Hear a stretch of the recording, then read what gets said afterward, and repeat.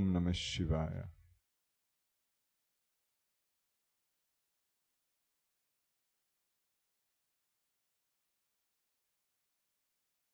So we'll be studying an important teaching of Swami Sivananda, which is called How God Came into My Life, in which Swami Sivananda is teaching about his personal, we can say, journey of how he attained God realization, and how, looking back at his life, you can see how God came into his life step by step. So basically what he's describing, these are, we can say, milestones that he chose to put as main stations in his path to God realization. And the significant thing is also that just in the same way, God is coming into everyone's life. So what the yogis teach is that actually this whole universe is the body of God, and Swami Sivananda says God is the cosmic guru. So every experience is actually teaching you. Every experience is a teaching brought to us by the Supreme Guru, which is Ishvara. But of course, it's very difficult to understand. But this is the idea. So Swami Sivananda wrote this teaching to show us how God came into his life, and by this showing the principle that God comes into everyone's life. Okay, so, and also the spiritual path is a path of answering the phone, you know, like in reception. You get various phone calls on the spiritual path. The only problem is that you don't know that it's a phone call, and you're not sure if you need to pick up. If you recognize that it's a phone call and you pick up, something will shift in your life. And this is how the spiritual path is. There are opportunities which are opening to us, and we need to recognize them. Hopefully we do, and hopefully we also answer. To answer will always mean to have courage. It will always be something that has to do with somehow challenging our current position in life in some way. And if we are able to step into it, things will shift. So this is the meaning of how God came into my life. God comes as opportunities to enter a next step in our life, which are based on faith. And for the yogis, faith is a higher form of vision. Faith is not something blind that you cannot see. Faith in the yogic context is a higher form of vision. It's a way that you can see things that you cannot see with your eyes. So everyone on their spiritual path in their life, they will hear the phone ringing, but they will not be sure. Is the phone ringing? I don't see a phone, but I think the phone is ringing. Should I pick up? See? So, and then if we do pick up, things will shift. This is the idea. So this is the meaning of how God came into my life. Things happen. And Swami Sivananda, of course, was extremely, you see, what's the difference between a great sage or a great saint and an ordinary person. Sri Ramakrishna Paramahamsa gave a beautiful analogy. He said there are 4 levels of souls in creation, 4 levels of jivas. Sri Ramakrishna Paramahamsa, very much like Lord Jesus, he grew up in a village of fishermen. So many of his analogies are related to fishing, just like Lord Jesus. And so he says there are 4 types of souls, jivas, in creation, in the sense of 4 spiritual calibers. That's what he means. So he says the first one, so basically the fisherman throws the net into the water. This is Maya, the power of cosmic illusion. Then the first type of fish, they just do, and that's it. That's all they know to do. And they see the net, how do you say, the net is like lifted, and they just continue to do what they know to do, which is, make toast in the morning, answer your emails, this is what they know to do, and they go out of the water wherever they go. This is the first type. The second type are the fish that when they see the net closing, they get hysteric. They start to, try to find a way out. They don't. They are lifted up with the net, but they struggle. They struggle to get out. They don't make it. They are lifted up with the net. The third type are those that struggle and find a way through. They get out of the net. They struggle, they get out. The fourth type are those that the moment the net comes, they immediately see the way out, they are out immediately. They don't even need to struggle. They immediately go out through it. These are the great saints. This is the idea. So the great saints and sages of the world are those that, you see, if you look at everyone's life, everyone is here extremely confused. What is characterizing this world? It's a world of mass confusion. No one knows what they are doing here. No one knows where are they going. No one knows why are they here. As they are sitting and thinking, time goes by. Okay, very, very quickly. And before they know anything, the exit sign is there and they are out. So, but there are people that they are here in this world like fish in the water. They know very early on what life is about, what they need to do, and they just do it. They have this clarity in their mind, and therefore they accomplish tremendous things in their life. Okay, so you can see Swami Sivananda, what impact he has on humanity. You can see Swami Vishnudevananda, at the age of 30, was sent by Swami Sivananda to the West. Think about it. A person that has never been to the West, all that is seen is Indian villages and ashrams and this. At the age of 30, he comes to the West, and this is what he does. You see? So, tremendous amount of clarity and focus. So this type of people, they have a totally different understanding of the world. And their level of clarity and focus is tremendous. You see? So, but God comes to everyone's life. God comes to everyone. Even if we don't have such clarity, God is still there. Okay? And the phone is still ringing.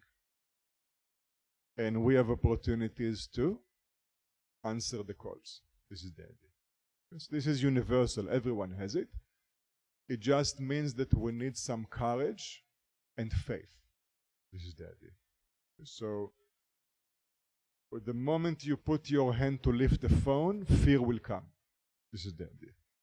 This is the nature of answering the call. That's how you know you are answering a call. How do you know you're answering a call? The closer your hand gets to the phone, the more fearful it becomes. That's the idea. Okay? So it's like this.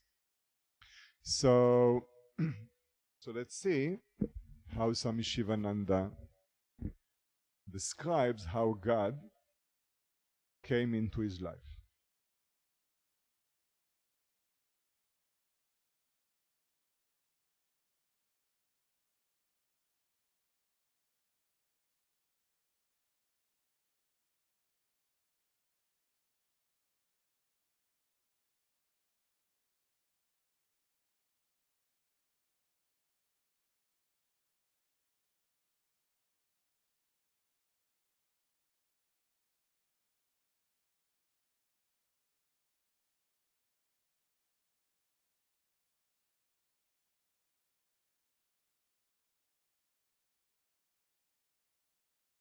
Okay.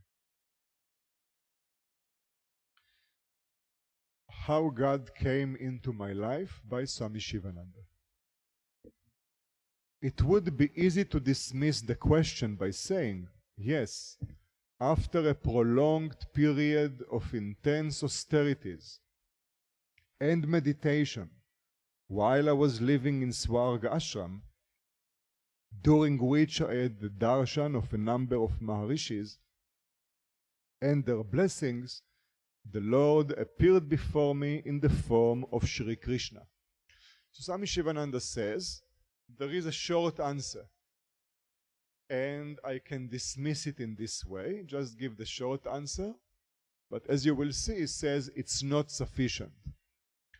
So the short answer is that he did tremendous austerities. We know that Swami Sivananda for years meditated for 16 hours a day. He was plunging into very, very intense sadhana because he had such a burning desire for spiritual liberation. When he had as we will see, when he had the spiritual awakening in him, he could hardly eat and sleep because of the intensity of the desire to know God. So he could not, the urgency that I must realize God immediately was so much that he could hardly sleep and eat.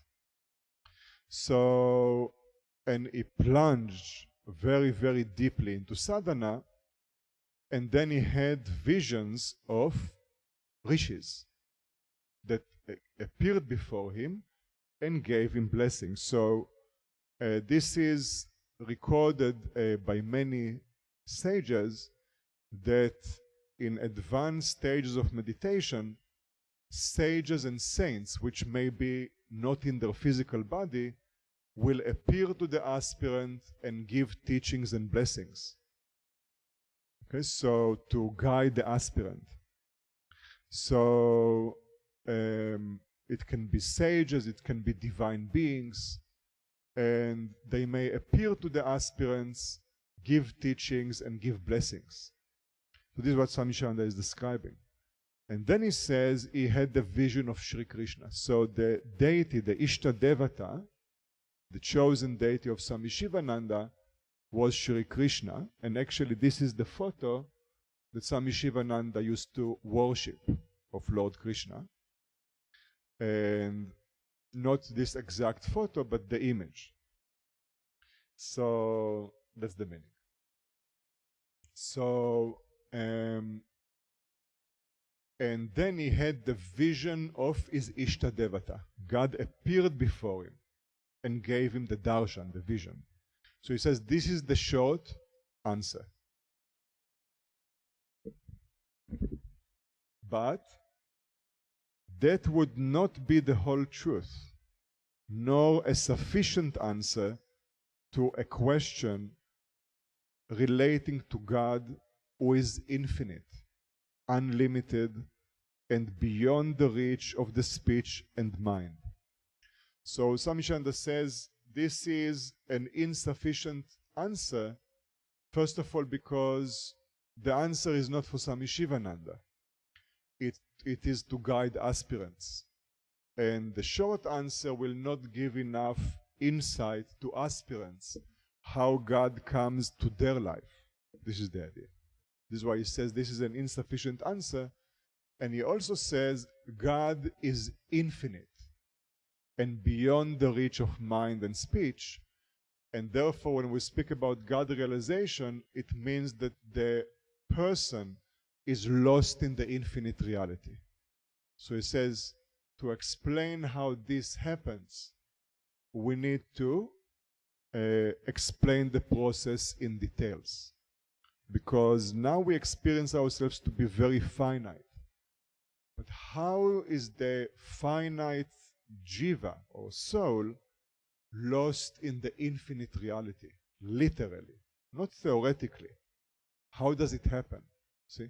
How the infinite reality is revealed in the finite person. This is the meaning of God realization. So how does it happen? It needs to be clear again, because for example, in the second chapter of the Bhagavad Gita, the last portion of the chapter, Arjuna is asking Lord Krishna to describe to him the qualities of a liberated sage. He describes it a person who is established in wisdom, established in the knowledge of the self. And Lord Krishna describes, and Swami Sivananda begins the commentary of the first verse of this portion. Swami Sivananda is asking, why is Lord Krishna describing here what is the purpose of the teaching of the liberated sage? What is this? See? So, and he says that you see, we had here a few years, one of Swami Sivananda's disciples used to come here to give every year a program, and his programs were called Godly Gossip. So he called it is gossiping about God. This was his program. So is it a godly gossip that Lord Krishna is speaking to us about the liberated sage? So Swami Sivananda explains. He says that what is nature to the sage is sadhana to the aspirant. You understand? So when we see accomplished yogis, whatever we recognize in them is a sadhana for us to develop. You understand? This is why, so what Swami Sivananda is describing how God came into his life is, like a person, let's say, wants to climb the Everest. So usually you will go to, you go to a meeting or a course with people that did it, and they will start explaining to you. This is how it goes. We have first camp, second camp. This is how it goes. This is what happens there, etc. And you go through a presentation before you actually embark. So Swami Sivananda is doing exactly the same for us. You understand? Is giving us marks to recognize in our life how God is coming into our life. You understand? This is the idea. So this is why he says we need to understand how in our life we are moving towards the infinite. Because we are. We may not recognize it, but it's all the time happening. Okay? It can be very, very slowly and very small steps, but it's definitely happening. Okay? So this is the idea. So this is why he says the answer should be an elaborate answer in order to guide aspirants. This is why.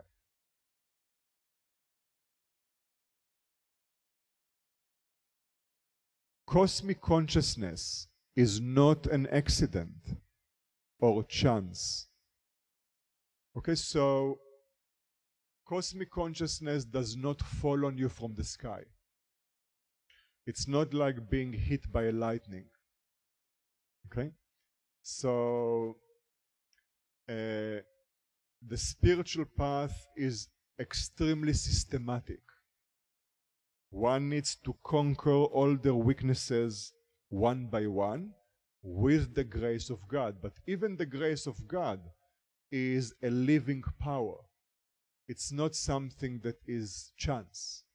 The aspirant needs to learn how to connect to it. It's an actual force.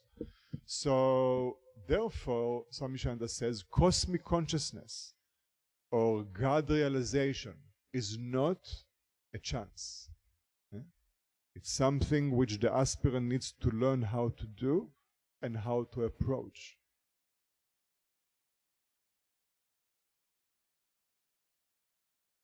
It is the summit accessible by a thorny path that has steep, slippery steps. Okay, so he says it's the summit of the spiritual path, which is a thorny path. Okay, lots of thorns on the way, and it has slippery steps. Okay, what are slippery steps? It's like the first time you, let's say you've never been in a place where it snowed and then it melted a little bit and froze again. So you think you can just walk on the snow. You don't realize that you are going to walk on sheets of glass. Okay? After a few seconds you realize. Okay? So this is called slippery steps, which means you think you are going forward, actually you are falling. This is the meaning. Okay, so it's a path that one needs to learn very, very carefully, because the steps of this path are slippery steps. They are not just steps, they are slippery. Slippery means you can fall very easily. That's the meaning of slippery. Okay?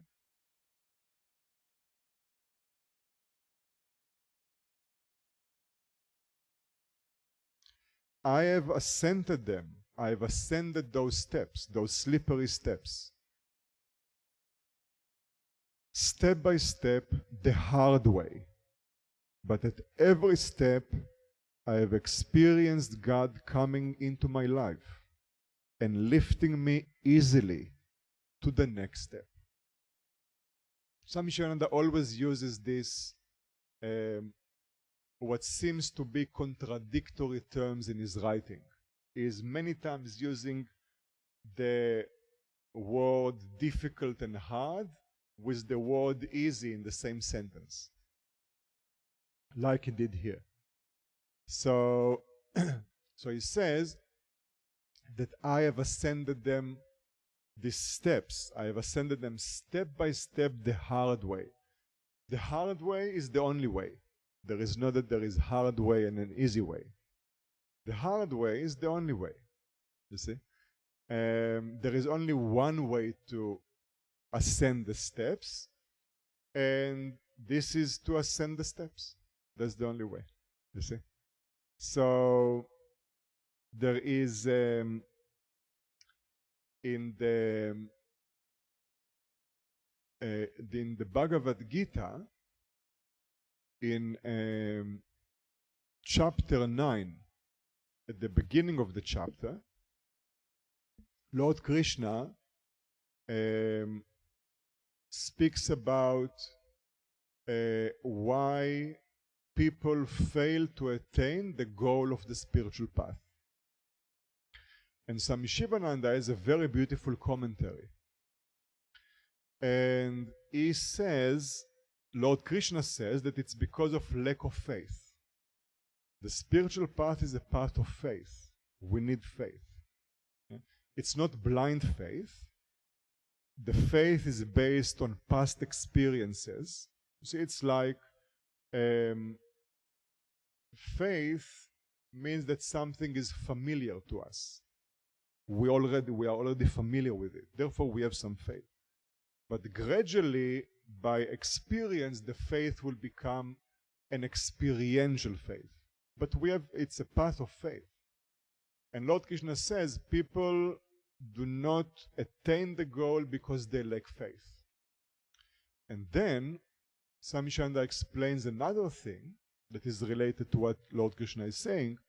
He says even if they have some faith, they try to attain the goal by imaginary means, not the means that are given by the scriptures. What does it mean? They invent their own sadhana. They are not careful to follow what the scriptures say. You understand? You know, it's like, again, if you want to climb the Everest, right, you don't want to imagine how you'll do it. You want a person that did it because you know it's extremely dangerous. So many people die on the way. It's very well known. So you want a person that really knows what they are doing, right? And they will tell you, on this level, you need to put your feet here, right? And you shouldn't put your foot there, okay? Like this. Now, what happens if you say, no, I want to put my foot there? See? It looks like a better place for me. You see? And the guide will say, no, you shouldn't. It's very dangerous. So, no, I want. It looks much better to me. You understand? So, we need faith and we need to follow guidance. Very difficult. See, Lord Krishna says, what are the reasons that people don't attain the goal? Lack of faith and lack of capacity to follow the right guidance of the scriptures. Thinking, it's okay, it's okay. You know, this is they say, but I read somewhere, in the internet they said this is also okay, so I'll do it like this. You understand? So Lord Krishna says, yeah, you can do, but you'll go the wrong way. See? So this is the meaning. So when Swami Sivananda says the hard way is the only way. This is the idea. So the hard way means because you have to really do the work. What is the work? The weaknesses that are within you, don't hope that they will go away by themselves. You have to tackle them and remove them. This is the idea. Okay, so the point is that the spiritual path, you see, it's not a path like, in a job. How are you get promoted in a job? All you need to do is to punch the card, right? If you punch the card enough times, you will get a raise, right? On the spiritual path, you can punch the card as much as you want. You see? It has nothing to do with your raise. You understand? Only your effort to purify your weaknesses will generate a raise. This is the idea. You understand? So Swami Sivananda says even you can be with the greatest saint on earth and not progress spiritually if you don't do the work. Simple as that. You can just live with that saint. It will not help you. You understand? So this is why he says, I have ascended them the hard way. He doesn't want us to think, you see, there is one shortcut on the spiritual path. You want to know what is the shortcut? Right? We are the microwave generation. We like shortcuts, right? Throw it to the microwave, punch 1 minute, and that's it, right? So there is only one shortcut on the spiritual path, to realize there are no shortcuts. That's the shortcut. Because as long as we try to find shortcuts, we are going astray. You understand? We are lengthening the time. The moment we realize there are no shortcuts, we go straight. That's the shortcut. That's the idea. So this is why Swami Sivananda says, I ascended them the hard way. You see? That's what he means. I actually did the work. That's the meaning. I didn't just sit there. You see? I didn't just sit and throw pebbles in the water, or, you know. While I was supposed to meditate, I did my Facebook, you know. I actually did the sadhana. That's what he means, the hard way. See? I actually did it. That's the meaning. Okay, so we'll end here.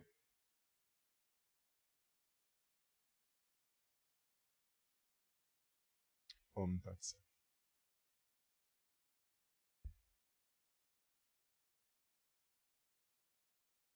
Om, Om, Om. Shanti, Shanti, Shanti. Om, peace, peace, peace.